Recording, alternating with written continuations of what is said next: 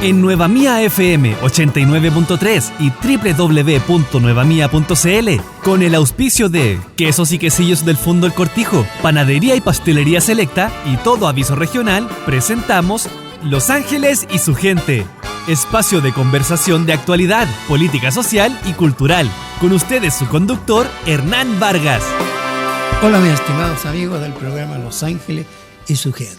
Recuerde que estamos Mundo Pacífico Televisión, canal 764 en Los Ángeles, Radio Nueva Mía 89.3, diario Todo Aviso Regional, y con el gentil auspicio de Quesos y Quesillos del Fundo El Cortijo y Panadería Selecta, durante 13 años que nos han acompañado.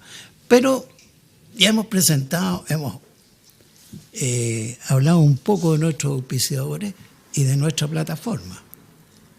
Pero ahora vamos a conversar con dos distinguidas damas emprendedoras para que nos cuenten algo de cómo comenzaron el emprendimiento. Está la señora Irene Salamanca y la señora Marcia Díaz, que es la presidenta del sindicato. Ellas nos van a contar porque ¿qué le puedo hacer yo? Solamente vamos a conversar. La señora Irene, la secretaria del...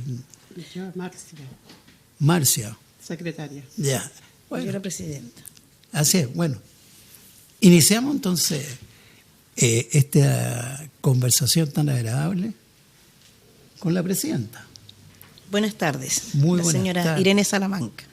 Bienvenida a nuestro programa. Muchas gracias. Presidenta del sindicato número 1 de paqueteros de calle Villagrán y prolongación Rengo Tucapel.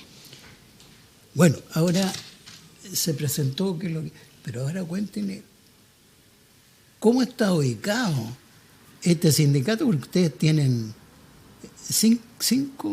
No, cada sindicato se hace valer sus normas, se rige por sus leyes, sino que para algún proyecto que nosotros postulemos hacia adelante, nosotros nos enfocamos en reunirnos los 5 sindicatos para poder sacar algo limpio, para poder luchar por algo concreto, que esa es la idea, pero sí, cada sindicato tiene sus normas y sus reglas y se rigen por ellos mismos. Bien, quiero conversar con usted. ¿Desde cuándo tiene usted su puesto? Mi puesto en la calle ya hace más de 20 años, porque yo trabajaba, como le digo, en una caja, cuando existían los restaurantes. Ahí yo trabajaba ambulantemente, como eran los ambulantes, y después se dio la oportunidad de estar trabajando establecida. Pero Bien. Nosotros no somos establecidos. No, sí, por eso que estamos hablando de ambulante. ¿Ustedes tienen los torditos azules? Una estructura que nosotros la ganamos a través del proyecto de Cercotec, que son las estructuras de fierro, en la cual nosotros como sindicatos presentamos al municipio para poder nosotros ponerle una lona azul a los puestos que están ubicados en calle Villagrán, Rengo, Tucapel y frente al Líder. Ya, ¿y cómo fue esa gestión? Bueno, esa gestión se hizo a través de Cercotec y también, como le digo, nos juntamos los sindicatos para poder postular a ese proyecto, en el cual ahí estaba presidido por la señora Marcia Díaz y ahí se logró ganar ese proyecto de Cercotec que ya va por segunda vez. Así se postuló a Cercotec para poder tener la estructura. Porque nosotros antiguamente trabajábamos casi todos con triciclos, traíamos unos fierros, armábamos como podíamos, porque, bueno, no es que nosotros estemos mal o no tengamos cómo trabajar, sino que la idea es protegernos de la lluvia, protegernos del sol, porque nosotros en el invierno estamos a toda la intemperie. Y eso a las finales los conlleva en enfermedades, cosas catastróficas también igual para cada uno que trabaja en la calle, porque la gente dice, puta, el comerciante ocupa toda la calle, hace esto, hace lo otro, son dueños o se creen dueños de las esquinas o de los lugares. No, nosotros no somos dueños. Las bermas son espacios públicos de la municipalidad, y si la municipalidad la autoridad que esté a cargo en su momento, nos tiene trabajando ahí, gracias a Dios que nos dan ese espacio para poder trabajar, pero a la vez nosotros no estamos gratis, también estamos pagando un permiso, pagamos del derecho al espacio público y pagamos una renta anual. Aparte de eso, algunos comerciantes, no todos, también pagan un impuesto a la renta que es un impuesto presunto. Entonces, claro, ocupamos los espacios públicos, pero también nosotros estamos pagando por esos espacios públicos. Que se ve desordenado, obvio que se ve desordenado, porque día a día llega más gente a trabajar, porque ve la forma de poder ejercer de forma rápida y poder obtener recursos para poder alimentar a su familia. Porque de eso se trata. La gente que no le dan trabajo, no tiene trabajo, lamentablemente se va a lo más viable, que es el comercio. Y lamentablemente, hoy por hoy, hay comerciantes que también nos vemos afectados por ese tema, porque ahí llega, como se dice, la competencia, entre comillas, desleal, que no pagan un permiso, que no pagan un impuesto, que no pagan nada, y a nosotros igual nos afecta. Así como también de repente, digo yo, la Cámara de Comercio habla por nosotros, que nosotros somos la competencia desleal para ellos, pero tampoco hay que olvidar que de donde salieron los grandes comerciantes también salieron de la calle, y muchos tuvieron la suerte de poder forjarse bien, de poder tener buenos ahorros, de ser, entre comillas, un poquito más inteligente que nosotros y tener más ahorros y poder pagar un arriendo de un local o comprar una propiedad. Cosa que, bueno, nosotros por criar nuestros hijos, educarlos, para que ellos no continúen en lo mismo, se nos es más difícil y tuvimos que trabajar, queremos trabajar para que nuestros hijos no continúen en esto, se termine acá. Porque yo fui criada por mis padres y mis padres fueron comerciantes, pero esto se termina aquí conmigo. Lo mismo mi colega, educó sus hijos, todos trabajando, todos bien, pero están ellos que ellos a uno con, sexto año básico no le van a dar un trabajo en cualquier lugar. Porque lo primero que le piden a usted es una referencia de algo. ¿Y qué ha hecho toda su vida usted? Ha trabajado toda su vida en la calle. Independiente. Pero tenemos la universidad de la calle, como se dice, la enseñanza de la calle. Porque uno en la calle se educa, aprende. Bien. Señora Marcia, no me equivoco. Al principio fue duro. Sí. Ahora quiero que me cuente, ahora vamos a conversar. Al principio fue duro porque cuando nosotros los comerciantes fuimos para el comercio, nosotros fuimos harto mal mirados, porque nosotros éramos una competencia, como dice Irene, una competencia para ellos, pero nosotros no íbamos a competir con ellos porque nosotros no estábamos acostumbrados a que nos regalaran las cosas, nosotros exigíamos un permiso. Carabineros todos los días se llevaba la mercadería, se perdía mucha mercadería en la comisaría cuando se iba a reclamar, los llevaban a todos arriba, carabineros a caballo, los echaban a los triciclos. El chico, el mío, uno de ellos, un caballo casi lo aplastó. ¿Por qué? Porque estaba en el coche y ellos andaban haciendo su pega. Pero nosotros guerramos mucho para poder tener lo que tenemos ahora.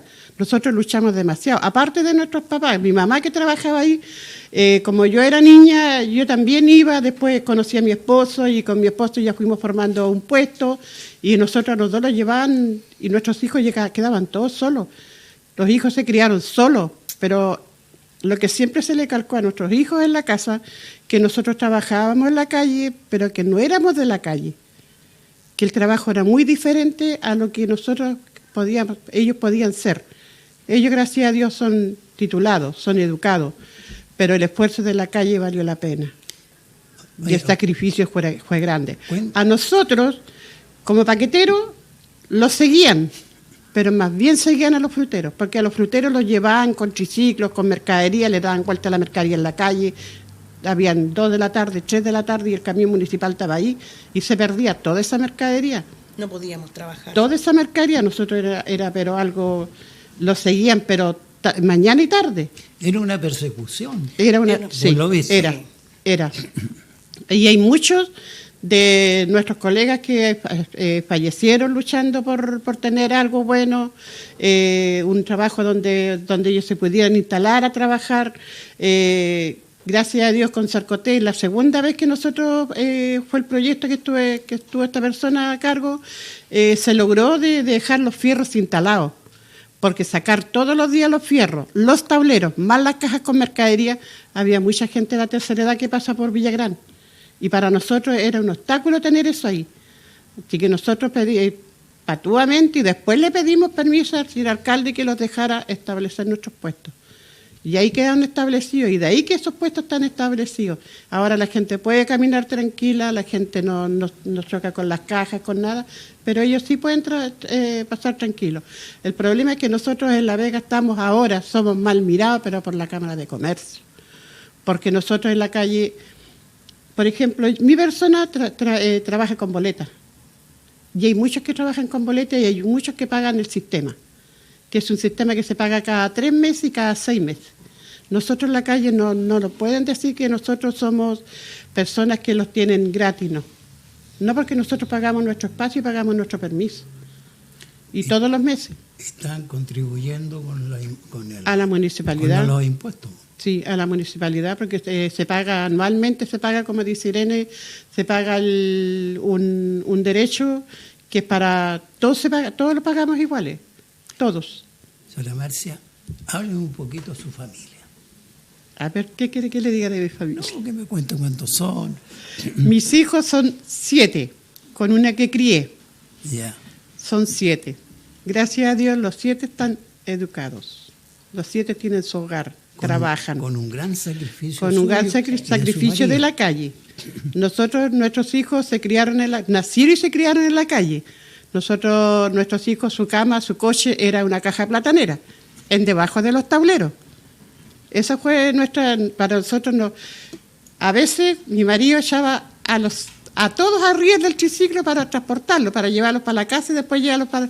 Pero yo me daba el tiempo, le iba a dar su alimento, los iba a mandar al colegio, después yo volvía a mi trabajo, pero todo fue un sacrificio. Y gracias a ese sacrificio ahora son los que son. Yo me siento orgulloso de mis hijos. Es bonito la historia de usted. Yo me siento orgullosa de mis hijos. Yo donde voy, yo digo yo mis hijos, porque mis hijos son de respeto, no porque lo diga yo que soy la mamá.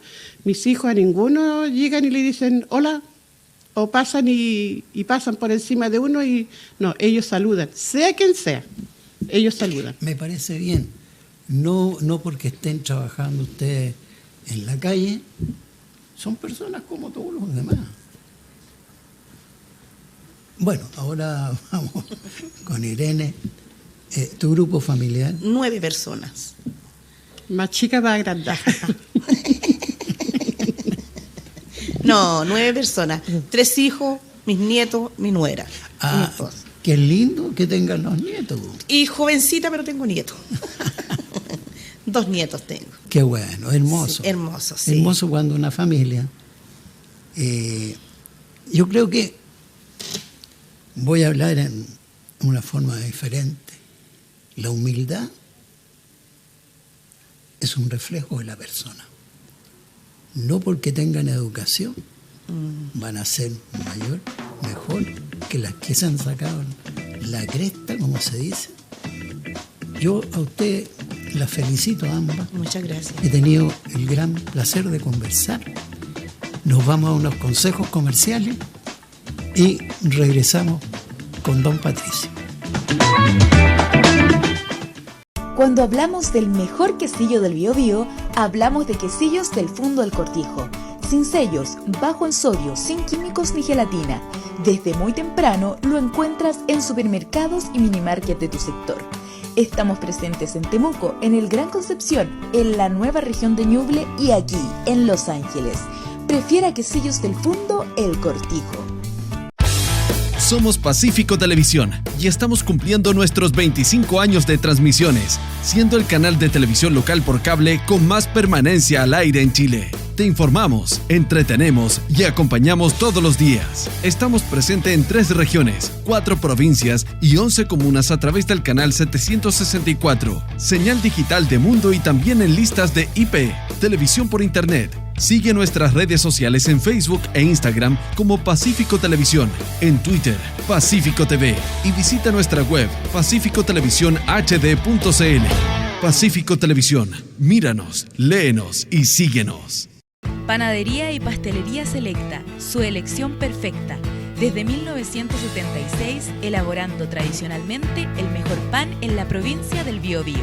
Especialidad en tortas de novios, pasteles, queques y berlines horneados. Haga sus reservas directamente en Colón 333 y Almagro 1236, en Los Ángeles. Estamos presentando en Nueva Mía FM Los Ángeles y su gente, espacio de conversación de actualidad, política social y cultural, con la conducción de Hernán Vargas. Bueno, estamos de vuelta de comerciales en Los Ángeles y su gente, Pacífico Televisión y Radio Nueva Mía. Bueno, un agrado estar con 2 damas emprendedoras, trabajadoras, y un placer para mí estar con la señora Irene y la señora Marcia. Bueno, minutos atrás estaban hablando con don Hernán, una extraordinaria entrevista. Ella tiene a conocer su lugar de trabajo. Y a mí me gustaría preguntarle algo. Ellos hablaron del trabajo, me gustaría preguntarle su familia, cómo empezó esto. Y empecemos por la presidenta. Señora Irene, ¿cómo empezó el trabajo de ustedes? Con mis padres. Buenas tardes. Buenas tardes, señora Irene. Cuéntenos, por favor. Bueno, mis papás trabajaban a la orilla de lo que es el sector de lo que era el Copihue anteriormente, ya, que ahora hay fruterías ahí. Correcto. Ya, ellos trabajaban vendiendo pescado. Se iniciaron ellos ahí. Después ya pasaron a los puestos de fruta. Cuando estaba toda esa parte donde está el líder y el terminal de buses, eso era como una feria. No era feria. Era un peladero que había. Claro, como campo, como potrero. Correcto. Como una cancha. Como una cancha, una cosa así. Y más allá estaba donde está la brocha gorda, hacia adentro, como a la mitad del camino más o menos, empezaban los puestos de fruta. Ya. Y después venía la Vega Techá. Y de la Vega Techá nosotros trabajamos en un puesto de fruta, del pescado pasamos a la fruta, de la fruta pasamos al terminal de buses. En el terminal de buses mi mamá puso un puesto de confite. Correcto. Y mi papá trabajaba ambulante en calle Tucapel, Villagrán, Rengo. Almagro, porque se recorría toda la manzana. Pero él trabajaba con un tablerito que era como de 1 metro por 50 centímetros, con una corredita y unos banquillitos, y él andaba y salía a vender. Y cada vez que tenía que atender un cliente, se bajaba su tablero al banquillo y empezaba a atender al cliente. Y de ahí después ya empecé a trabajar yo cuando tenía alrededor de 6 años, 7 años más o menos. Me empecé a subir a los buses, a vender. A los buses vendía el pan de huevo. Correcto. El pan de huevo vendíamos, nos entregaba una panadería que estaba por Almirante La Torre. Y después mi madre, en esos años, estoy hablando de muchos años, por supuesto, estaban los inspectores de sanidad. Y el pan de huevo no se podía vender, porque había que envasarlo y tenía que salir de una panadería y todo el cuento del cuidado, la protección, porque era comida. Y se hace amiga mi mamá, o no sé, conocía con el señor Ramón Ramos, Panadería Superpan. Correcto. Y este señor le entregaba, a lo mejor él se recordará de la señora Selma Delgado. Ella es mi madre de crianza. No mi madre que me tuvo, porque mi madre que me tuvo, ella falleció. Y vengo de la población del Tránsito. Correcto. Cuando se quemó esa población, a mí y mi mamá me dio esta familia, a los comerciantes que son de calle Villagrán. Me pasó para que me criaran, porque ella no podía. Nosotros éramos 3 hermanos y mi mamá era madre soltera. No podía. Y me pasó a esa familia para que me criaran. Y para mí ellos fueron mis padres, mi reflejo, mi todo, porque ellos fueron los que me educaron. Bueno, no pudieron continuar educándome porque no se podía, porque era difícil, era complicado. Y yo tuve que verme la obligación de dejar mi estudio para poder ayudarlos a ellos también a trabajar y dar para la casa, porque se necesitaba. Y empecé a vender arriba los buses, vendía el pan de huevo, y don Ramón Ramos a nosotros ahí nos entregó Tírala para el lado. los panes de huevo, nos hacía entrega él del pan de huevo en las mañanas ahí en la Vega. Vendía, y después ya llegaba el verano, me subía a las micros con bolsitas de uva, la bahita, y le ponía a los pasajeros una bolsita de uva para que mientras ellos el viaje se les fuera más ameno, po. Así que una bolsita de uva vendía, me acuerdo en esos años que vendía la bolsa de uva a 10 pesos. Ya. Pero vendían todos los buses, subía. Y me conocían, muy conocían los buses. Recuerdo siempre yo al señor Juan Becerra, que en paz descanse, iba donde mi mami, la que me crió, le decía, cuide su chiquilla, le decía, una linda niña que tiene usted. No deje que ninguno de estos peluzones, le decía siempre a los cabros, por supuesto, de La Vega, pero eran comerciantes igual, le decía, no deje que ningún peluzón de estos pase a llevar a su hija. Yeah. Mi mami era muy estricta, muy mañosa, demasiado estricta. Correcto. Siempre me decía, tú no tienes más amigo que tu bolsillo. En la vida no hay amigo, me decía. Tu bolsillo es tu amigo. Conocidos tienes mucho. Pero siempre, cuando tú trabajes, preocúpate de ahorrar y tener, porque tú vas a tener. Gracias a Dios, sí, porque eso es lo que, a medida que se puede. Oiga, señora Irene, y bueno, yo estoy muy atento a lo que usted dice desde niña chica. Sí. ¿Le gustó este rubro? ¿Le gustó este trabajo? Porque de chica ganando plata... es que, bueno, ganaba plata, pero no era para mí, era para mis viejos. Pero estar viendo las monedas... Claro, sí. Es algo atractivo eso, ¿no? Pero me hubiese gustado terminar mi estudio. Claro. Me hubiese gustado, a lo mejor quizás, no es que esté desconforme con mi trabajo, con lo que hago. Por supuesto. Porque yo le digo honestamente, yo tengo 6º año básico y no tengo más estudios. Pero sí me hubiese gustado terminar mi estudio y no sé, a lo mejor quizá el destino habría sido otro. Pero no me siento mal por la persona que soy ni por lo que tengo. Orgullosa me siento igual de mis raíces, de mis viejos que me enseñaron a trabajar y a depender de mí sola. Sí. En general, bueno, una vez que usted ha sido exitosa, porque se ha sacado adelante y ahora es presidente de un grupo de... Tuve como 25 años ejerciendo como dirigenta, pero no como sindicato, sino que como agrupación, lo que era la fruta y la verdura, que eran los triciclos que se ganaban por el lado de Tucapel, calle Tucapel y Rengo. Correcto. Prolongaciones, porque el sindicato de paqueteros se formó el año 81, pero el paquetero significa paquetería, solamente ropa.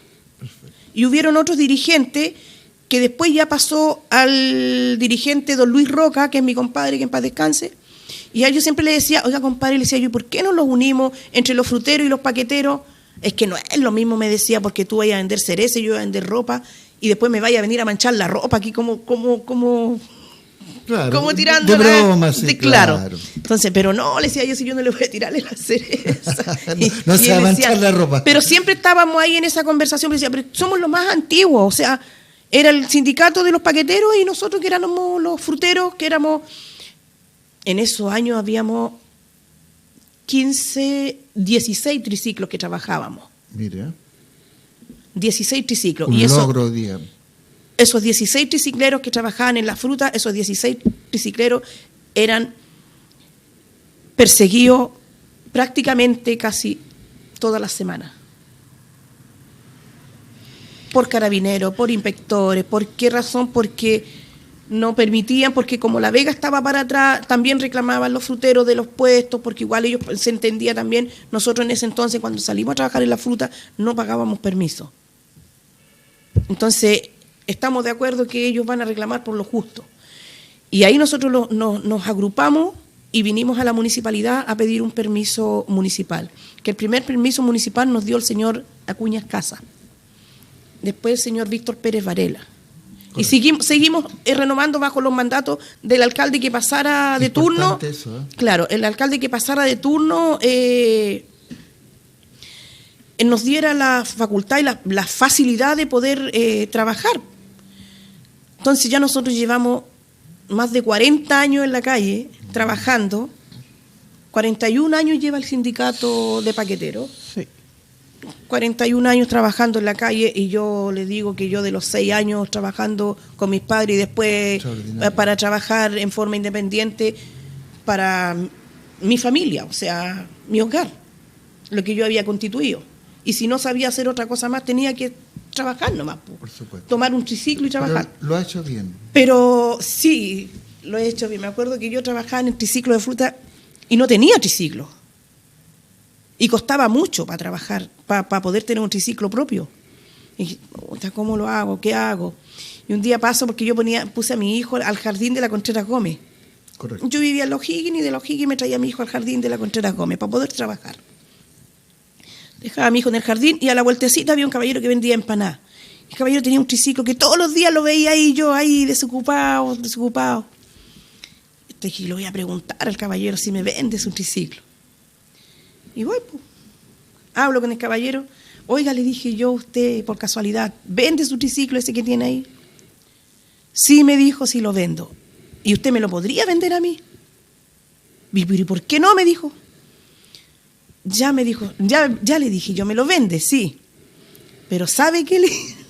No tengo plata para pagárselo al tiro.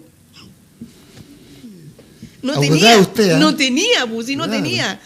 ¿Para qué le voy a decir una cosa pero por otra? Pero el caballero creyó en usted. Claro, y me dijo, ¿sabe? Me dijo, llévelo, me dijo, y me lo va pagando como pueda. Me dijo, la semana me va dando semanalmente y me lo paga el triciclo. Qué fantástico. Y ahí estuve con mi triciclo, y ahí llegaba después de las tardes y iba a buscar a mi hijo, y feliz porque tenía un triciclo. Claro. Iba a buscar a mi hijo al jardín. Progreso, un avance. Iba a buscar a mi hijo al jardín y lo traía y lo ponía bajito del triciclo, le enguinchábamos todo con cordeles para que no se escapara, se escapaba igual, y se me iba adentro al supermercado, al campesino, que estaba en la esquina, porque yo trabajaba en la esquina de Tucapel antes. Yeah. Y se me iba al campesino y se escondía cuando las niñas iban a hacer jugo, se escondía y le rompía los jugos y vamos comiendo jugo dentro del supermercado. También agradecerle también a la señora Verónica Flores Salamanca, que ella era la jefa del supermercado El Campesino, y siempre recuerdo que cada vez que salía arrancando con mi triciclo mandaba a veces a los trabajadores que me fueran a ayudar para que me sacaran un poco de cosas y me las entraran para adentro para que no me las llevaran, para que el camión no me las llevara. Correcto. Y mi hijo, a veces yo salía arrancando y mi hijo quedaba ahí adentro y ella le decía a los chiquillos, a cualquiera, pongan cuidado en el Christopher, si el Christopher era un terremoto chiquitito de 2 años, 3 años. Po. Claro que sí. Ya Christopher tiene 35. Po. Imagínese usted. Entonces, estupendo. Regio, claro. O sea, agradecida de la vida, agradecida de todo, y me siento igual orgullosa de todo lo que hemos logrado con la familia, con los hijos. Y la del medio, esa cuando estaba el latino, ahí me calentaban las leches para poder criarla. No, es una vida. La felicito, pues, señora Irene. Ahora, señora Marcia, la escuchamos. Muy interesante la vida de la señora Irene. Ahora, señora Marcia. Yo cuando fui madre soltera, las pasé por harta, porque mi mamá no quería que yo fuera madre soltera. Pero yo antes de ser madre soltera, cuando mi papá a nosotros nos dejó, yo tenía 8 años. De los 8 años que yo salía a hacer aseo a las casas, porque como era la mayor, tenía que llevarle sustento para mi hogar, para que mi mamá alimentara a mis hermanos. Y yo a las 9 de la noche me acuerdo siempre que llegaba con una sabanita, pura ropa chica, bolsitas de pan, bolsitas que algo me daban para el pan, llegaba a la casa. Estuve con mi mamá hasta los 12 años trabajando así. Tenía 12 años cuando un día dije yo ya no. Mi mamá tuvo la opción de tener un puesto en La Vega. Y ella empezó de comerciante también con un cajoncito, también se lo colgaba con un pisito para sentarse, porque mi mamá siempre fue gordita. Y de ahí un día dije yo, me voy de la casa. Y yo me fui de la casa. Me hice amiga de una mayor que yo y yo me fui. Y mi mamá supo más o menos dónde podía estar. Me echó Carabinero. Carabinero a mí me atajó en Salto al Laja. Mire, En Salto del Laja, por ser agrandada, me llevaron al retén ese que está ahí al lado del Parque del Recuerdo, que está en la carretera, correcto. cuando estaba ahí. Y me trajeron y me llevaron al juzgado. En el juzgado me preguntaron que qué quería yo. Y yo, como ya no quería ser más maltratada en mi casa, yo pedí el buen pastor. Ah, qué interesante. Yo pedí el buen pastor. Y yo me fui a buen pastor. Firmé hasta los 21 años. Y tenía 12. Yo dije aquí entre mí, jodí. Bien audaz era usted. ¿Eh? Jodí, dije yo, me condené. Yo, para no ganarle a mi mamá, dije yo, ya voy. Mi mamá me dijo, no vaya a salir de ahí muy luego. No importa, le dije, pero yo me voy a ir, no me voy a ir contigo, yo me voy a ir allá. Ya la señorita me dijo, usted me dijo, ¿sabe leer y escribir? No. Pero algo le dije yo tendré que hacer. Y me acuerdo, siempre me dijo, firme aquí. Yo hice unas rayas así. Ya estaba lista mi firma. A buen pastor. Me dijo, cuando usted tenga 21 años va a salir de ahí. Yo dije, adentro metí entre medio a todas las presas, porque habían mujeres adultas y yo era la única menor de edad que había ahí, pues. Y me acuerdo siempre que me mandaron para un internado. Y en ese internado todas las chiquillas me tenían mala, porque yo era muy aguja. Y resulta que un día una llegó y le echó un vaso de agua a mi colchón. Y fue a buscar, porque ese tiempo nosotros, era la Miriam Barriento, era la gendarme que teníamos nosotros ahí. Y era, pero la tatita. Y la fueron a buscar a ella, que yo me había orinado. Y ella tomó la sábana y dijo, no es esto, dijo, pero aquí dijo, ¿quién fue? Nadie dijo nada. Y yo, porque amenacé a una que la iba a agarrar de las mesas, me paró en una silla, paró la silla así y me hizo hacer 40 flexiones. Yo no me podía las piernas. Ya, y después me mandaron a limpiar un frigider. Y yo, para poderlo limpiar rápido, le enterré el cuchillo y sale la... De ahí mandaron a buscar a mi mamá y me entregaron, por rebelde.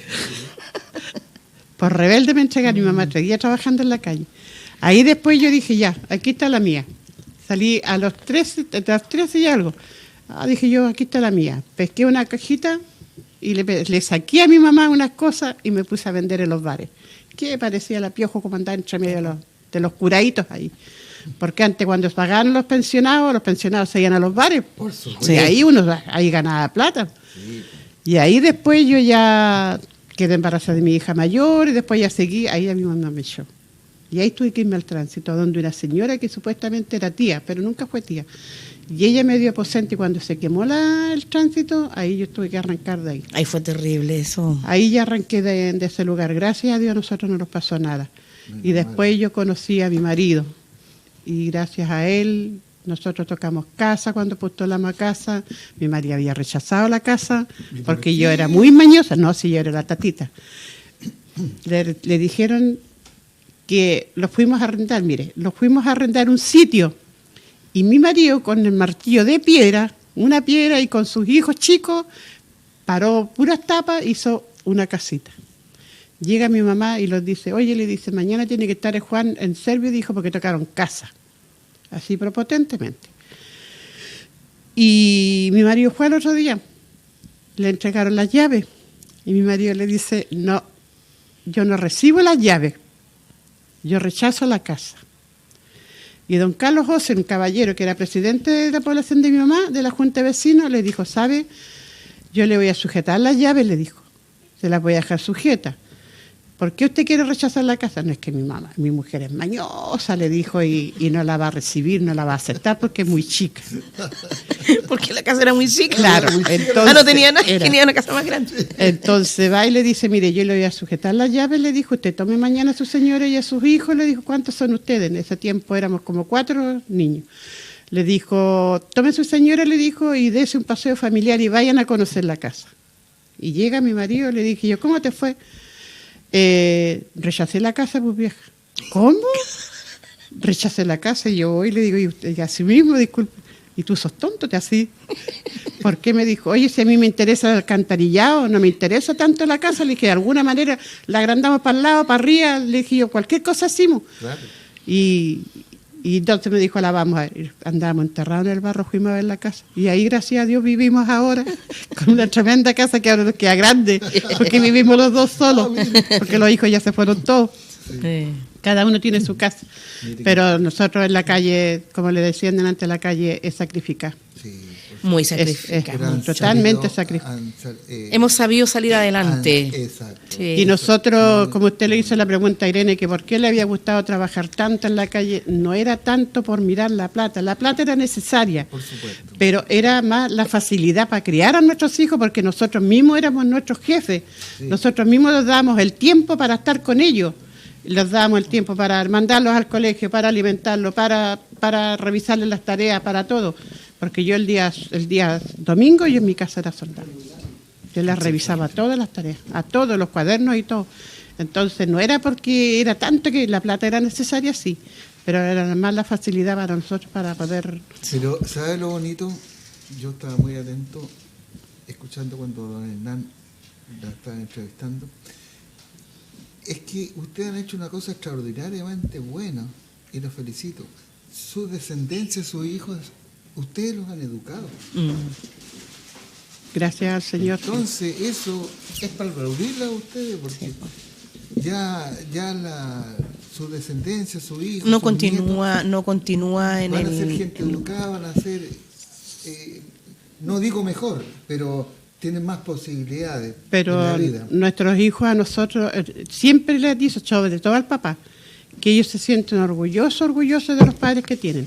Ellos no se supuesto. avergüenzan de sus padres porque ellos saben el sacrificio que hemos tenido nosotros. Y ahora para la pandemia nosotros estuvimos encerrados en casa, pero todos dependíamos de nuestros hijos, Y todavía nuestros hijos, se enfermó uno, allá están ellos, cualquier cosa que pasa, ya están ellos, pendientes de todo. Así que nosotros, como le digo, yo me Buenos siento orgullosa niños, de ellos. Buenos Sí. niños. Buenos niños. Es que en ese tiempo se educaba, en ese tiempo servían las correas. Sí, señora. Ahora no sirven las correas, ahora la mamá, con los derechos niños, la mamá ahora se le escapan los niños Claro. De las manos. Se de las educaron. manos. Entonces, señora Irene, como presidenta, ahí tiene la radio y la televisión para que usted le pida a la autoridad qué es lo que le gustaría a futuro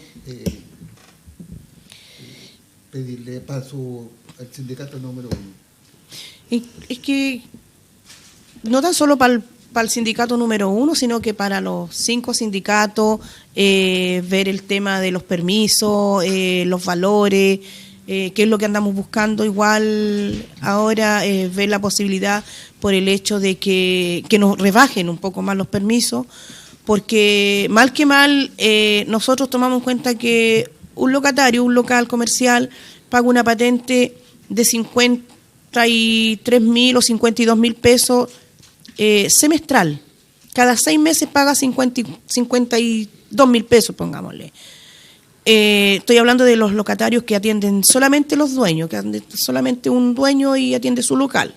No estoy hablando en general que, por De ejemplo, un supermercado o tiendas grandes, porque ellos se entiende, ellos dan trabajo, tienen la mano de obra, pagan arriendo, igual el locatario paga arriendo, pero a la vez también nosotros pagamos el permiso municipal, el derecho a uso de suelo, una renta anual que pagamos en la municipalidad, más algunos de nosotros pagamos impuesto presunto, que es cada 3 meses o cada 1 mes se va pagando en impuesto interno. Entonces, a la vez, si usted suma todo eso, el permiso a nosotros nos está saliendo por 45.000 pesos mensuales. Correcto. Y también uno tiene que ver que tiene que pagar bodega, que tiene que pagarle a la persona que le va a sacar sus cositas, que tiene que ver también pagar arriendo, los que pagan arriendo, y bueno, los que tenemos la dicha de tener nuestras casas, obviamente no pagamos arriendo, pero también tenemos que trabajar para poder vivir, porque es lo que nosotros hacemos. Nosotros vivimos de esto, no que nosotros estemos pidiendo por caridad, no, sino que vea la forma, más que nada en este tiempo, como está la cosa de las alzas, del subimiento. A nosotros nos han bajado muchísimo las ventas ahora, Me imagino. por el tema de que la gente está priorizando todo lo que es comida. Entonces, las cosas de nosotros, como es ropa, la gente ya, si se necesita, se compra. Y si no, se abastece con lo que tiene. Entonces a nosotros en lo que es la ropa nos ha bajado muchísimo. Y aparte de que está también lo que es el comercio desleal, que decimos nosotros entre comillas, que son los que andan trabajando, que no pagan un permiso, no pagan un impuesto, no pagan nada. Como así también, nosotros reclamamos por ello, también reclama la Cámara de Comercio por nosotros, por el hecho de que para ellos nosotros somos como competencia desleal. Pero yo le digo, ¿de qué forma podríamos ser desleales siendo que ellos tienen la oportunidad o la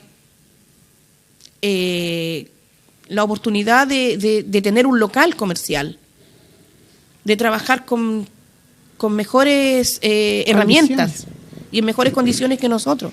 Nosotros estamos a la intemperie, estamos a la lluvia, estamos al viento, estamos al sol, exponiéndolos a todos. Y lo otro que, por ejemplo, nosotros no contamos con un sistema de salud para nosotros. Nosotros vivimos de lo que es el asistencial y muy poquitos tienen el tema de FONASA. ¿Por qué razón? Porque para nosotros poder tener FONASA tenemos que estar dando boletas, tenemos que ser comerciantes, ¿cómo se dice el tema? Legalizado, formalizado, cumplir con todas las normas para poder nosotros así poder postular o poder legalizar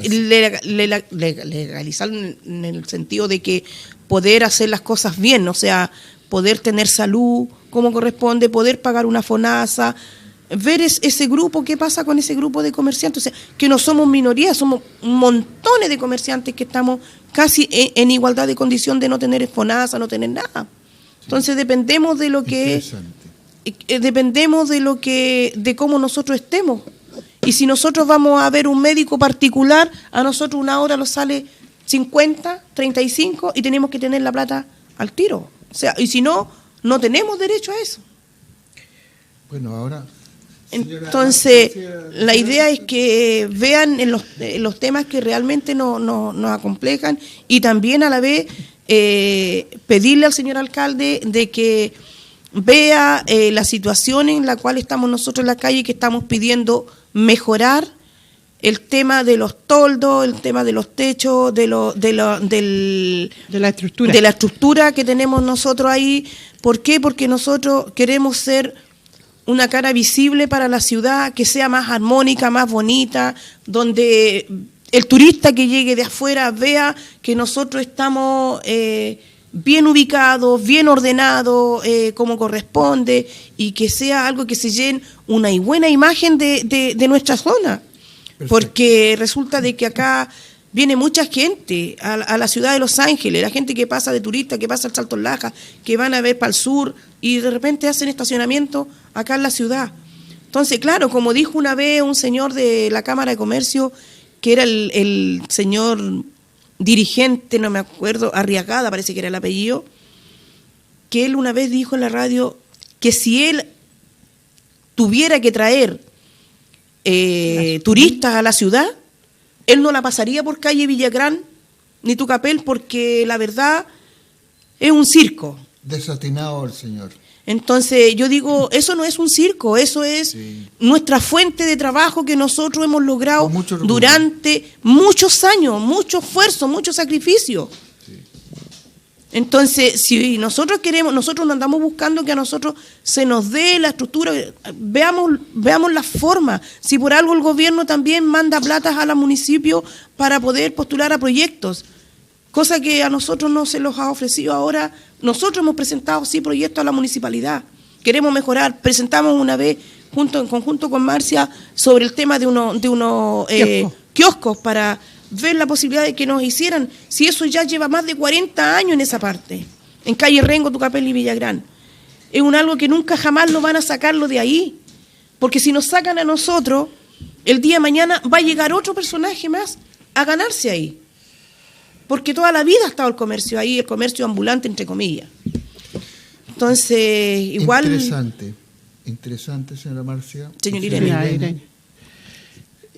Lo que a mí me gustaría tomarme la oportunidad de que el señor alcalde a nosotros ya no los mire más como que paguemos un permiso, porque nosotros la municipalidad, entre todos los comerciantes, le aportamos harto.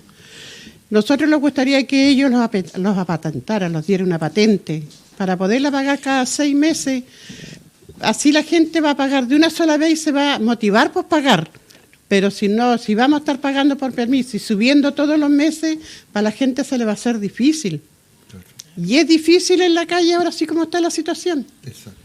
Porque hay gente que no tiene solamente a veces para llevar el sustento a su hogar, porque como bajaron mucho las ventas y las ventas bajaron demasiado. Y no es para nosotros nomás, yo creo que esto es a nivel nacional, que el problema está malo en todas partes. Exacto. Pero sí nos gustaría que los apatentaran, que los dieran una patente donde nosotros podamos decir ya vamos a pagar 6 meses y en 6 meses vamos a pagar la patente. Perfecto. Que estudien las formas de cómo hacerlo mejor. Sí. Y lo mejor posible sería para nosotros es que nos apatentaran, nos dieran una patente comercial donde la cual se paga cada 6 meses. Claro, nosotros no les vamos a pagar arriendo como dicen, pero ya con los años que llevamos en la calle yo creo que nos haría bien un reconocimiento del comercio ambulante, si en el fondo es lo que somos. Y ya esto culmina con nosotros aquí. Perfecto. Y Entonces, es mejorar también. Lo ideal sería darle a saber a la gente de que, por ejemplo, que no tengan miedo de meterse para la feria, para la vega, porque resulta que nosotros no amparamos la delincuencia. Eso es interesante. Porque la delincuencia está en todas partes, está en el centro, está en el mall, está en todas partes. No es que nosotros amparemos a la gente, que la gente pase por nuestro lugar de trabajo sin miedo, sin nada. Si va a pasar algo, nosotros los defendemos, si nosotros no somos... Pero que la gente se sienta segura. Se sienta segura por ese lado. Hay cosas que uno no puede ejercer porque no le corresponde. Claro. Hay cosas que hacer en el sector, falta más vigilancia, más apoyo de carabineros, de la autoridad. Los inspectores sí están al contacto con nosotros, cualquier cosita, porque estamos en conversaciones por los avances de poder mejorar la estructura. Pero a la vez también pedir a carabineros, que igual sabemos que está complicado hoy por hoy como está la vida, pero a nosotros nos hace falta poner un resguardo en el día. Ahí tener carabineros, como se dice, entre comillas, como lo hacían antes, de punto fijo, tener ahí por alrededores, porque llega toda la gente de los campos, de alrededores. Es que antes de la pandemia andaba harto carabinero. Entonces también está faltando esa parte. Bueno, para Radio Nueva Mía, Pacífico Televisión y Los Ángeles y su gente, ha sido un placer tener a dos distinguidas dirigentes del sindicato número 1, ¿cierto? Pero ambulante también. Sí, ambulante. Y que ojalá que sigan en ese buena senda y felicidades porque usted en realidad es un aporte para Los Ángeles y felicidades porque nuestros telespectadores, la radio que nos escuchan, no solamente hemos tocado los temas de comercio, sino también de la vida de ustedes que han sido muy interesantes. Sí. Muchas gracias por venir. No, gracias a usted igual por acordarse de nosotros. Otra oportunidad. Muchas gracias. Vamos gracias entonces a comerciales. Bueno, si hay alguien que quiera tomarse una cajita de plataneric. Vamos entonces a comerciales.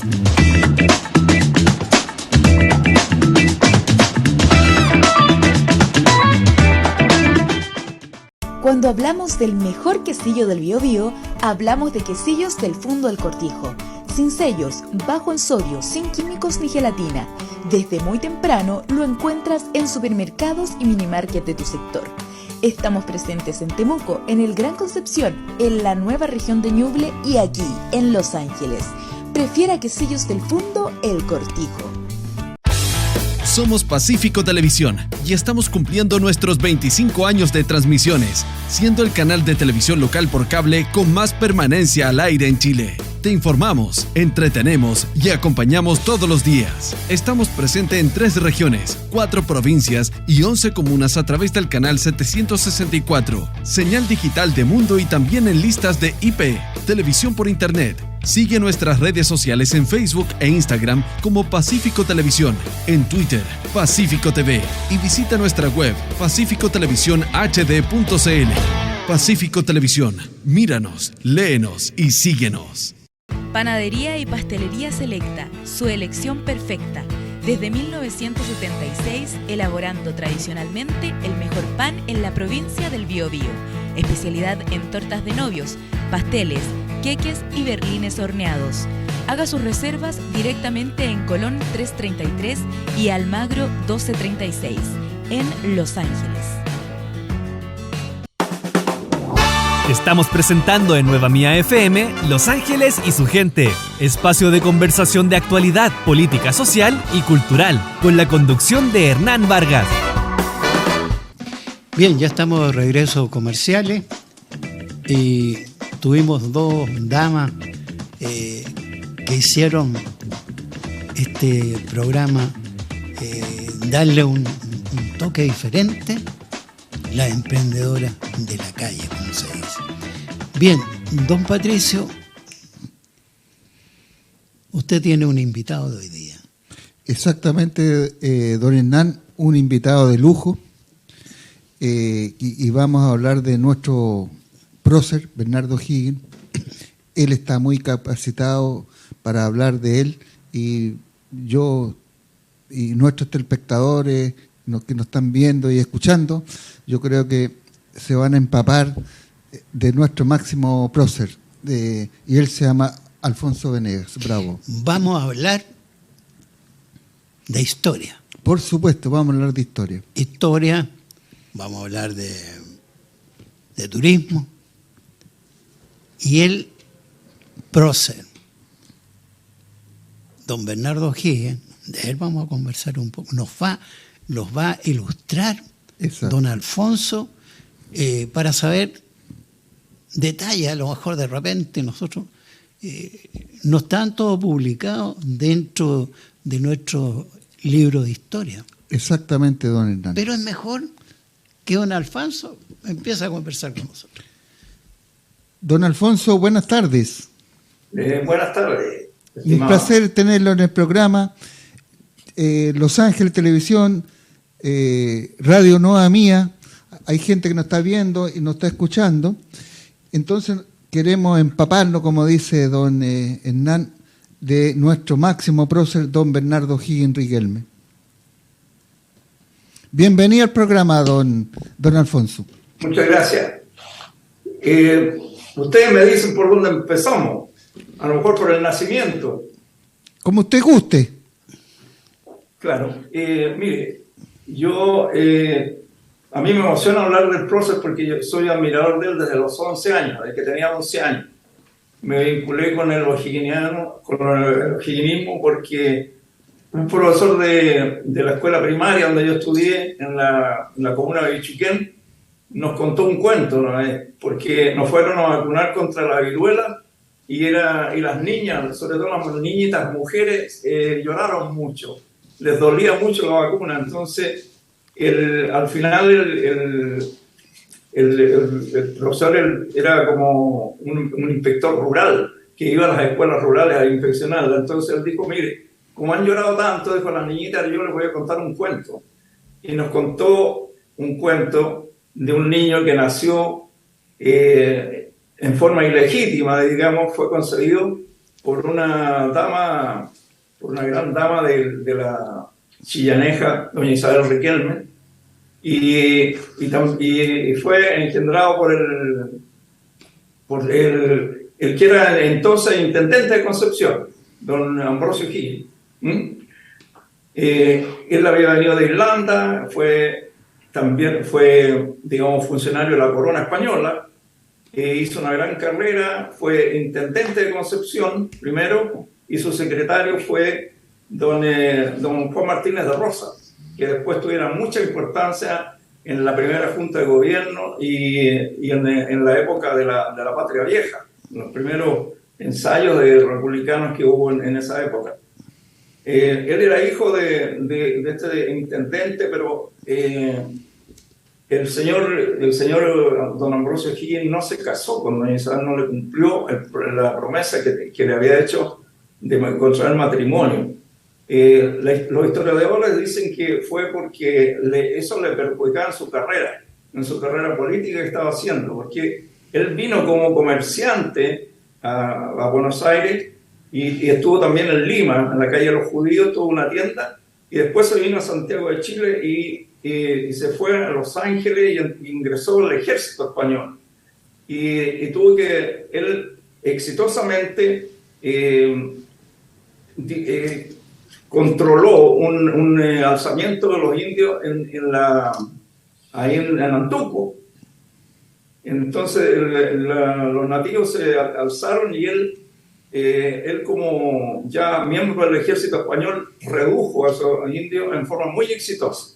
Y eso le subieron los bonos y los puntos en la corona española.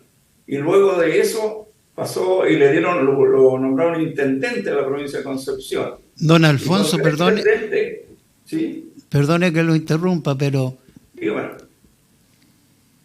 para ese alzamiento a los mapuches, ¿con qué ejército contaba? ¿Con qué hombre? ¿Cómo iba a pelear solo? No, él había ingresado al ejército español y tenía un contingente allá en Concepción. Entonces él digamos, como miembro del ejército español tenía un contingente y él fue y redujo ese alzamiento con éxito. Entonces la corona lo vio con muy buenos ojos, porque ellos estaban interesados en mantener tranquila a la población mapuche de la zona. Entonces, así él fue escalando. Y lo que dice la historia es que él nunca se casó, porque en ese tiempo la corona tenía prohibido que un funcionario de la corona, que era de la élite, digamos, de la época, se casara con una persona criolla. Entonces tenían una prohibición. Pero hay otros historiadores que dicen que pudo haberlo hecho, que también se podía pedir permiso para casarse con una criolla. Y él no lo hizo, a lo mejor pensando en que le podía perjudicar en algo a la carrera, porque después él fue nombrado gobernador y después virrey del Perú, hizo una gran carrera. Y siempre mantuvo oculto a este niño. Entonces, lo que yo les quiero decir es que este niño, Bernardo Higgins, fue tan héroe cuando niño que cuando grande, cuando adulto. ¿Por qué fue héroe cuando niño? Porque él fue discriminado cuando estaba en el vientre de la madre. ¿Por qué? Porque su madre, doña Isabel, no podía salir a la plaza de Chillán Viejo. No podía mostrarse de que estaba, digamos, su hijo creciendo en su interior, porque iba a ser rechazado por la sociedad.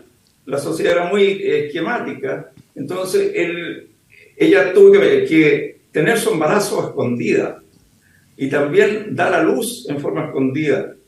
Entonces, yo digo, fue perseguido y discriminado desde que estaba en el vientre de la madre. Y en lugar de ser un niño rebelde, un niño amargado, un niño quizás negativo, drogadicto o alcohólico, él supo superar todo eso y después, ya como adulto, como diputado de Los Ángeles, presentó el primer proyecto de libertad de vientre para los esclavos. Entonces, ¿qué es lo que decía este decreto? Era que el niño de una mujer embarazada que fuera esclava, por el hecho de estar en Chile, el niño iba a nacer libre. Y los esclavos que pasaran por Chile también iban a ser libres. Los que estuvieran más de un determinado tiempo acá en Chile iban a ser libres. Entonces, él, siendo discriminado cuando estaba en el vientre de la madre, tuvo la capacidad de superarse y presentar un proyecto para que todos los niños de los esclavos fueran libres. Entonces, es una cosa, digamos, admirable del libertador, la capacidad de sobreponerse. Don Alfonso, interesante lo que usted está planteando. Él fue un resiliente, por supuesto, de tomo y lomo, ¿verdad? Exactamente.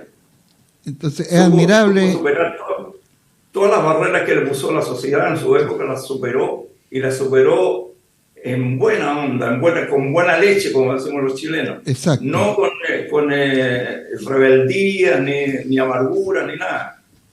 Él perdonó todo lo que le hicieron, lo superó en bien de la sociedad. Un hombre de verdad, un hombre grande, porque para todas esas cosas negativas que representó la vida, él tuvo esa grandeza para salir adelante. Claro, como te decía yo, fue tan heroica su vida de niño, de adolescente, como la vida de adulto y como militar, y después como héroe en los campos de batalla. Él lo entregó todo. Siempre él puso su pecho al frente, nunca aceptó que lo protegieran, sino que él dijo, no, yo voy adelante, yo voy a ser primero. Que sirva como ejemplo, ¿no? En la batalla de Rancagua estaba Ramón Freire, que después tuvo problemas con él, ¿no? Pero eran muy amigos. Entonces Ramón Freire le ofreció hacerle una guardia, un muro protector de soldados que salieran de Rancagua, y él no aceptó. Dijo, no. Dijo, yo no me ponga ninguna protección, dijo, yo salgo primero. Y en su caballo, digamos, saltó las barreras enemigas y él iba adelante. Nunca él quiso que lo protegieran. Él siempre en el Roble, en Rancagua, en todas partes donde él combatió, después en Chacabuco, también dijo, no, yo voy adelante. Era en el campo de batalla el más grande, por algo el primer soldado de Chile. Y el primer soldado de Chile no lo dijo él, sino que lo dijo el mismo José Miguel Carrera. José Miguel Carrera mandó una carta a la Junta y le dijo que en el Roble el primer soldado de Chile había sido Bernardo O'Higgins. Oye, don Alfonso, mire, una de las primeras cosas que hizo nuestro libertador fue la libertad de vientre, y eso yo creo que es notable, porque si nos remontamos a la época, hacer eso y que no hubieran esclavos en Chile, eso fue algo notable que hizo el libertador. Sí, ahora, sí, yo quiero hacerte ahí una pequeña aclaración para que no haya confusión, porque los historiadores se refieren a la ley de libertad de vientre, se la atribuyen a don Manuel de Sala. Y es cierto, él presentó en el Congreso de 1811, presentó esa ley y fue aprobada. Pero el libertador, como alcalde, como diputado por el Laja, él había presentado el proyecto con anterioridad a esa presentación que hizo Manuel de Sala.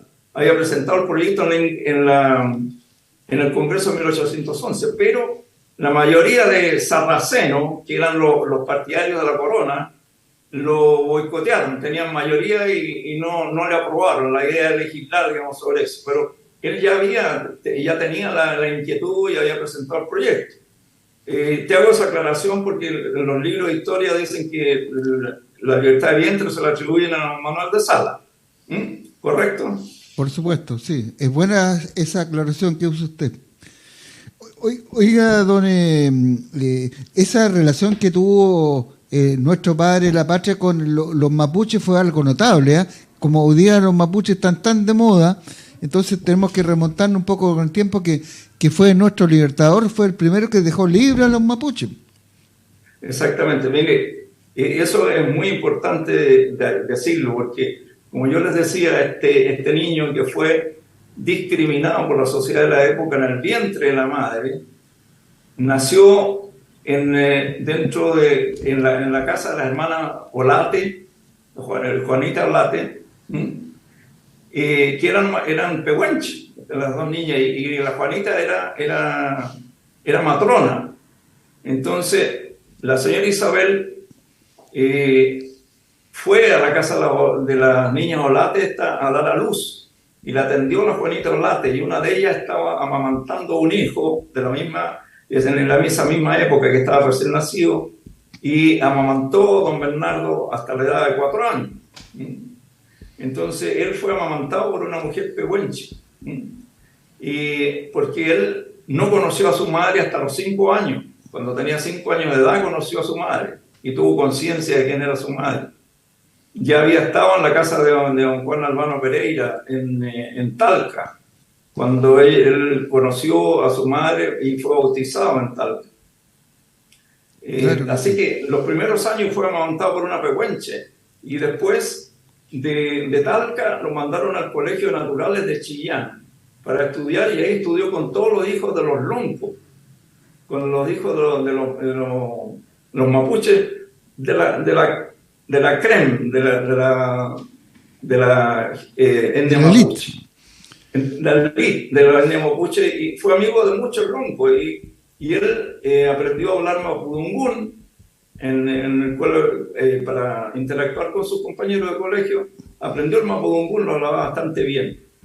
Y para no hacer la sesión tan seria o tan para ponerle una nota de humor, por supuesto, yo digo que la mejor palabra y la que aprendimos fue iñi piñi. Iñi piñi, sí.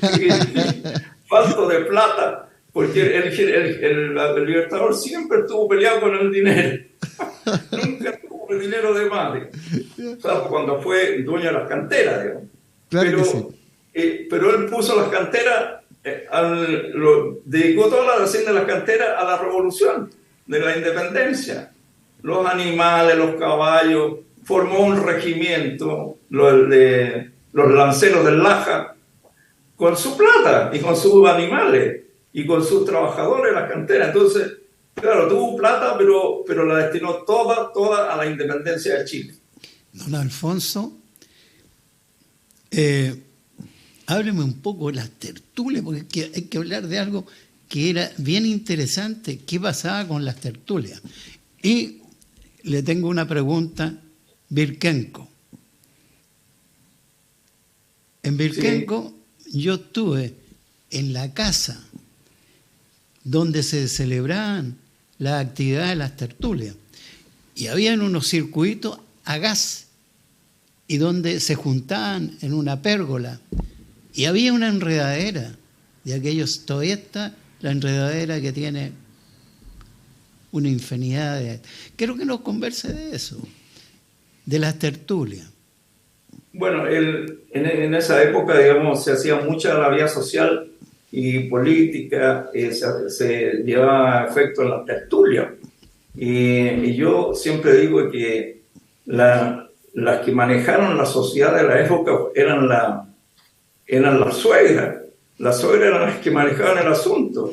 Ellas buscaban los pololos para las hijas y las hijas para los pololos. Entonces, las pasaban por un sedazo primero, que hubieran ido a misa todos los domingos. Si no iban a misa los domingos, las pelaban y las ponían en una lista en la puerta de la iglesia. Había que estar bien con la suegra. Claro, oye, si tú estabas en la lista en la puerta de la iglesia porque no ibas a misa, no podías casarte con José Miguel Carrera. No, es imposible. Entonces las suegras colaban a las niñas. Y en las tertulias se manejaba toda la política. Por ejemplo, cuando eso, la enredadera, le confieso que no lo conocía, yo tengo que aprender también a esto. Eso de la tertulia de la enredadera de Birkenco, ¿es usted? No lo conocía, pero lo que sí sé que cuando él fue director supremo en el Palacio Directorial de Santiago, después de que terminara la jornada, quedaba abierto el Palacio de Gobierno para las tertulias, y venía gente a tocar el piano, venían los vecinos y qué sé yo, a conversar, a tratar problemas de la sociedad del momento, de los problemas contingentes, y tocaban el piano, recitaban, digamos, y conversaban, y pelaban, yo creo también deben haber pelado un poco, Entonces, eso de siempre. Pero las tertulias eran demasiado importantes para la sociedad de la época. Y doña Javiera Carrera las utilizó muy bien. Esas tertulias, claro, que para tejer algunos golpes de Estado del hermano. Tejía muy bien ella, y no, era muy buena con las tertulias. Y bailaba la resbalosa muy bien la señora doña Javiera Carrera. Claro. Son momentos maravillosos que lo recordamos.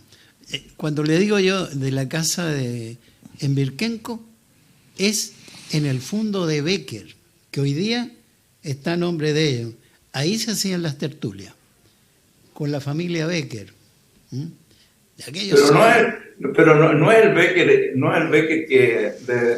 del crimen de Becker, ¿no? No es el Becker que se arrancó, ¿no? Es otro Becker. Porque la familia Becker es una familia acaudalada que había en esos años. Entonces se daban el lujo de que fuera. Y allá iba don Bernardo Higgins a hacer sus tertulias con su amigo y su amiga. Claro. Eran una cosa para que pasara piola, como se dice hoy día. Y las tertulias, o sea, las reuniones de los duendes, ¿dónde se las hacían? Entiendo yo que las hacían en Concepción, porque ahí se largó la independencia de Chile, digamos. En la reunión de los duendes de Concepción, donde estaba don Juan Martínez de Rosa, estaba un señor Alvarado, había un cura también, y estaba Bernardo Higgins, que asistía a esas reuniones de los duendes. En el grupo de los duendes se hizo famoso después porque llegó a la primera junta de gobierno. Uno de los duendes fue presidente del Juan Martínez cuando murió don Mateo Torres Zambrano. Y don Bernardo Higgins fue diputado al Congreso en 1811. O sea, los duendes, digamos, fueron bien importantes. Pero ¿cómo llega a ser director supremo? Bueno, él llega a ser director supremo después de la batalla de Chacabuco. Después de la batalla de Chacabuco, el Cabildo de Santiago le ofreció primero el cargo de director supremo a José de San Martín. Exacto. Porque don Bernardo no tenía mucho feeling con la aristocracia castellano-vasca. No lo querían mucho la aristocracia. Y le ofrecieron primero el cargo de director supremo, se lo ofrecieron a José de San Martín. Pero O'Higgins con San Martín eran muy amigos y tenían un proyecto en común. Entonces, dentro de ese proyecto, esa ruta de liberar a los países americanos, no estaba considerado de que San Martín fuera el director supremo de Chile y se quedara aquí por mucho tiempo, sino que él iba a estar de paso porque la meta final era Lima. Había que irse por el mar y expulsar a los españoles de Lima, porque ese era el reducto más importante y más fuerte de la corona española. Entonces, desde el comienzo, desde que ellos partieron de Mendoza, José de San Martín traía la misión de no aceptar el cargo de director supremo, no quedarse en la política chilena, sino que proyectarla hacia el Perú, a Ecuador y hacia el norte, pero del norte venía Bolívar. De tal manera que él era un acuerdo que había, no iba a aceptar el cargo, y de ahí el Cabildo se lo asignó a don Bernardo Higgins, el cargo de director supremo. Así llegó a hacer. Don Alfonso, hábleme un poquito de la travesía de la cordillera, que era terrible cruzar la cordillera en esos tiempos. Eso fue fue heroico, tan heroico como cuando Aníbal cruzó los Alpes para atacar a Roma, con elefantes y todo. Esto fue una proeza del ejército de los Andes, porque los caminos eran muy estrechos. Había que traer muchas mulas, caballos y qué sé yo, y pertrechos por unas sendas que eran muy estrechas, que cabía un solo caballo, entonces, y era posible que se arrancaran. Entonces, era un camino muy, muy difícil, muy agreste. Entonces, pero habían vaqueanos, digamos, que colaboraron con el Ejército Libertador, y uno de ellos era Justo Stay, vaqueano Stay, digamos, que era de los Andes, y ahí, fíjese que ahí en los Andes hay unos héroes anónimos que no han salido, que no se ha hablado nada de ellos casi. Hubo alguna gente que colaboró con el ejército de los Andes para que tuviera éxito su travesía. habían vaquianos que eran expertos en la cordillera, entonces decían, no, pasen por aquí, tengan cuidado por acá y aquí. Ellos sabían bien la ruta, y uno de ellos era el vaquiano Stay. Y hubo dos más que también colaboraron, porque no fue el único espía entre Mendoza y Santiago, no fue solamente Manuel Rodríguez. Hubo 12 espías, digamos, que colaboraron con el ejército de los Andes. No sé si me explico. Entonces, la gente conoce mucho a Manuel Rodríguez, pero habían 11 más que estaban, digamos, haciendo la misma pega, digamos. Entonces, eso fue, como le digo, muy difícil, venía incluso, se enfermó San Martín y O'Higgins también tuvo algunos problemas de salud, digamos, en el camino, porque ellos tenían reumatismo, sufrían de reumatismo, entonces tenían algunas crisis reumáticas y no tenían buena salud, digamos. A lo mejor producto de las campañas, qué sé yo, lo duro que eran las campañas militares de la época. Así que fue una proeza llegar, y hay un pueblito en los Andes que se llama Cariño Botado. Sí, perdón. El Cariño Botado queda llegar a los Andes en San Esteban. En San Esteban, sí. ¿Usted cuenta la historia o la cuento yo? No, cuéntela usted. Para ya, que sucede que en Cariño Botado era una villa. Entonces, todos sabían que venía el Libertador, venían los dos, con todo. Y mandaron una persona adelante, y vieron que había mucha gente. Entonces, cambiaron rumbo. Es lo que me cuenta la gente ya, y por eso se llama Cariño Botado, porque no entraron por ahí, por ese lado. Se fueron, hicieron otro sendero, y la gente lo esperaba con toda la fiesta que iban a hacer. Pero iban a hacer una fiesta. Sí, por eso que ellos, Cariño Botado, por eso que la gente le dijo Cariño Botado, porque los dejaron botados. Claro.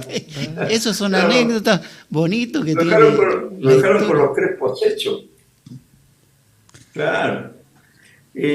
Así pues fue muy digamos, muy grande, digamos, muy admirable el paso de los Andes. Y de la batalla de Chacabuco, ahí hay algunos historiadores que dicen que nuestro padre de la patria fue indisciplinado. Y yo creo que no lo fue. Lo que ocurre ahí es que hay una cosa que no la ha dicho mucho la historia. El general Soler, que era argentino y venía a cargo de la primera división, tenía que abrirse un poco para encerrar a los españoles. Y la división de Bernardo O'Higgins tenía que atacar de frente a la costa de Chacabuco. Y este señor tenía que atacar por el lado. Entonces, resulta que lo que ocurrió es que este señor Soler se demoró mucho en llegar al puesto de combate. Entonces O'Higgins estaba ya prácticamente enfrentándose con las fuerzas de Maroto. ¿Y qué iba a hacer? No se iba a quedar esperando, lo atacó. Entonces atacó, dijo, a la carga, a la bayoneta, y atacó a los españoles y los derrotó. Los derrotó. También tuvo que colaborar el San Martín, meterse, digamos, a la pelea y colaborar con Bernardo O'Higgins. Y así que para mí fue el gran héroe de la jornada, fue Bernardo O'Higgins. Y claro, Soler después le cobró sentimiento.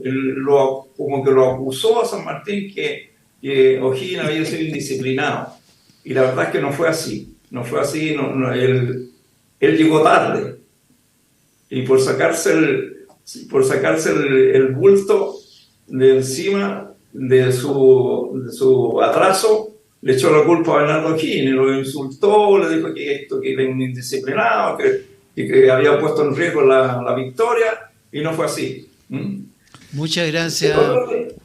Oiga, don Alfonso, Mire, minutos atrás usted habló de Manuel Rodríguez y en nuestro programa hay muchos jóvenes que nos ven y nos escuchan. ¿Y qué piensa usted de Manuel Rodríguez? Bueno, Manuel Rodríguez hizo un gran trabajo como mensajero entre Mendoza y Santiago antes de que partiera el Ejército Libertador de los Andes, en la guerra de Zapas, que le pidieron a él que hiciera algunos movimientos de algunas azonadas acá en Chile para distraer un poco la atención de los españoles, que se concentraran, por ejemplo, más al sur del Paso de los Andes, para distraer un poco la atención. Y él hizo un buen trabajo, tanto como espía, como revoltoso, digamos, aquí le ponía piedra a cueros de caballo y hacía como que era un gran ejército que estaba atacando y llevaba piedra en los cueros de vacuno, qué sé yo. Entonces, él hizo un buen trabajo, pero el problema de Manuel Rodríguez es que era medio anarquista. Él dijo, él tenía como lema ese que él no aceptaba ningún tipo de gobierno. Dijo y si yo fuera director supremo y nadie me atacara, dijo, nadie me confabulara contra mí, lo haría yo mismo. Dijo, yo mismo me armaría una revolución contra mí. O sea, no tenía un principio de la autoridad y del orden, y que sé yo, era un poquito, en eso era un poquito indisciplinado. Y hay una cosa que es importante decirle, que a don Bernardo O'Higgins lo culpan mucho la muerte de Manuel Rodríguez, alguna gente, pero el problema es que no conocen bien la historia. Don Bernardo O'Higgins fue amigo de Manuel Rodríguez. Algunos dicen que le joteó a la polola, que don Bernardo le habría joteado a la polola, una de las pololas, la señora de Paula, a Manuel Rodríguez. Pero eso lo dicen en uno de los libros que escribió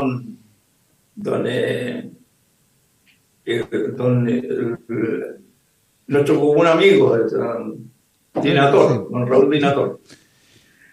Bueno, pero lo importante aquí es que don Bernardo O'Higgins, cuando él se tuvo que ir a Concepción, a radical, ya siendo director supremo, se fue a Concepción porque los españoles arrancaron hacia allá, ¿no es cierto?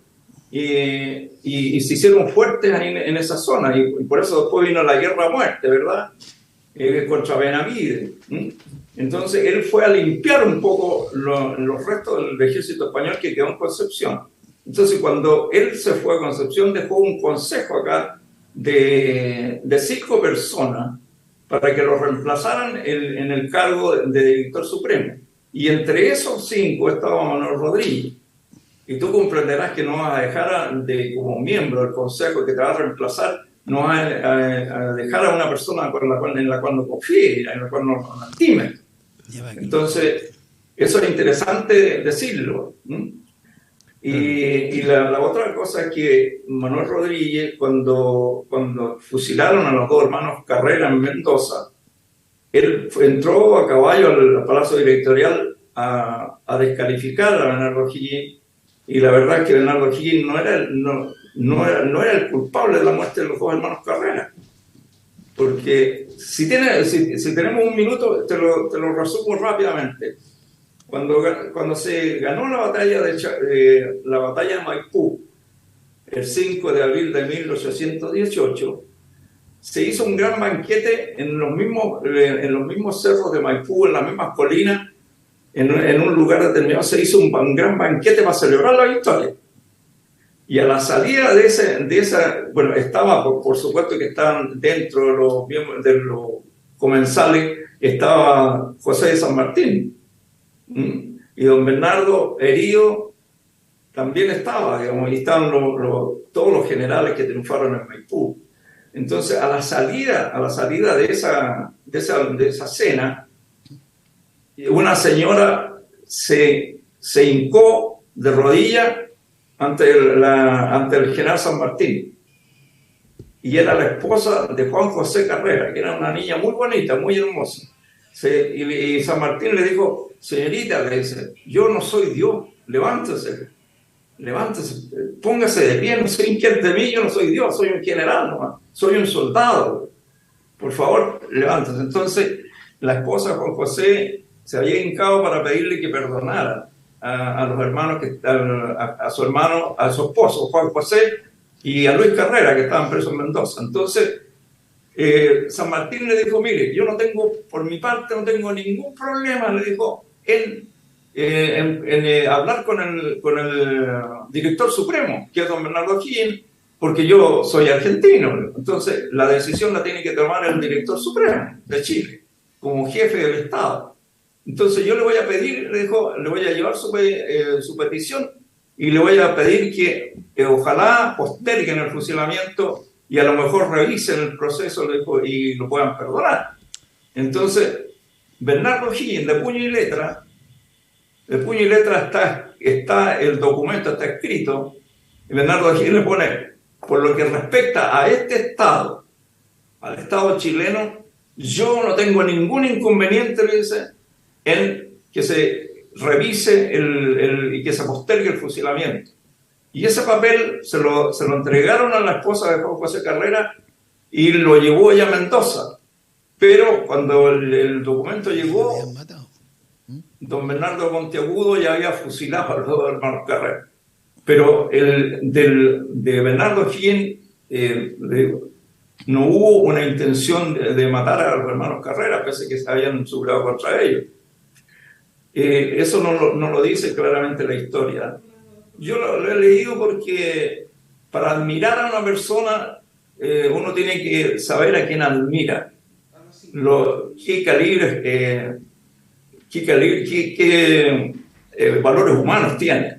Y yo lo he leído mucho y la verdad es que el Libertador, tanto en el aspecto humano como soldado, como todo, don Alfonso, queremos agradecerle este baño de historia para nosotros, porque muchos no conocen la historia de don Bernardo O'Higgins, la travesía, algo muy importante.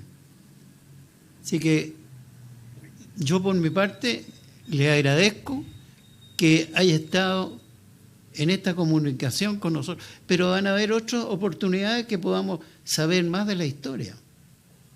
Por supuesto. Y encantado, yo creo, pasando a los tiempos modernos, digamos, en tiempos actuales, yo creo que existe una gran posibilidad para la Araucanía, para los pueblos, para la etnia mapuche de la zona.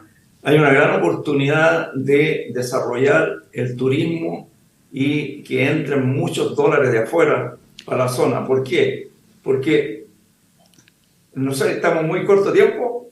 Sí, ya estamos cerrando, pero esos temas que le van a quedar pendientes, vamos a tratar de conversar con usted más adelante. Sí, encantado. Yo tengo, digamos, la inquietud de que la etnia mapuche, además de tener de merecer una reparación histórica por sus territorios, merece salir definitivamente del subdesarrollo y de la pobreza, y lo puede hacer a través del turismo. Bueno, don Alfonso, ha sido pero un agrado y un placer enorme. Un gran abrazo y más adelante vamos a seguir porque Bernardo O'Higgins es un temazo y sobre todo para los jóvenes que tienen que empaparse y conocer a nuestro verdadero prócer. Así que los queremos invitar más adelante. Usted sabe que la televisión y en la radio son poco ajustados los tiempos. Sí. Entonces lo queremos invitar a futuro para seguir esta interesante charla. Va a quedar algo bien importante, el séptimo de línea. El séptimo de línea. En la próxima, quiero que nos converse don Alfonso de eso que fue, ahí está, fantástico. Muchas gracias, don Alfonso, Y gracias a sus asesores que tiene ahí también, pues. Sí, pues. No tengo a nadie. Porque era mi nieta, La nieta, que me conecta. experta en la tecnología. Bueno, bien, mis estimados amigos, hemos llegado al término de este programa, hasta con historia, con don Alfonso Venega. Si queremos, don Patricio, lo último para que despidamos el programa. Sí, oiga, hemos tenido un programa excelente, don Hernán. 2 emprendedoras y un hombre magnífico, culto, educado, que nos empapó con nuestro prócer. Así que el programa ha sido excelente. Bien, nos despedimos. Hasta el próximo programa. Felices, porque hoy día ha sido un día, hablamos de emprendimiento y hablamos de historia. Muchas gracias, será hasta la próxima. La conversación de actualidad, política social y cultural de Los Ángeles y su gente llega a su fin con la conducción de Hernán Vargas. Los Ángeles y su gente fue auspiciado por Quesos y Quesillos del Fundo El Cortijo, Panadería y Pastelería Selecta y Todo Aviso Regional.